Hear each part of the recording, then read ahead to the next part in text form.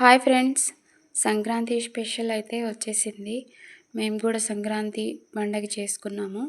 చూడండి, మేము కూడా గ్రాండ్ పేరెంట్స్ దగ్గరికి వెళ్ళిపోయాము, అమ్మమ్మ తాతయ్య దగ్గరికి.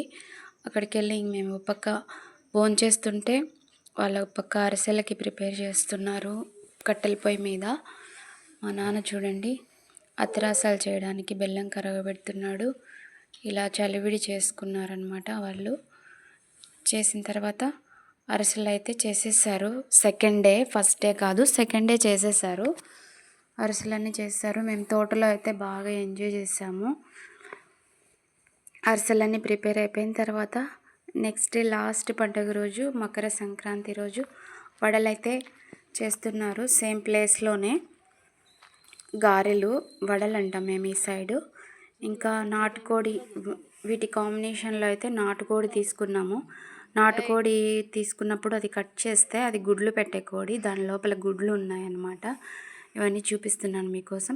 ఎముకలన్నీ సపరేట్ చేసి ఈ విధంగా సూప్ చేస్తున్నాము.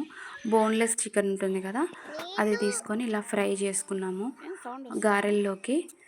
అందరం కలిసి మళ్ళీ అదంతా తినేసిన తర్వాత ఈవినింగ్ మళ్ళీ దోశ పిండి కొంచెం ఉంటే దోశలు వేసుకొని తిని ఇంటికి వచ్చేసాము. మీరు ఏ విధంగా సంక్రాంతి సెలబ్రేషన్ చేసుకున్నారో నచ్చితే లైక్ చేయండి. సెలబ్రేట్ ఏ విధంగా చేసుకున్నారో కామెంట్ చేయండి.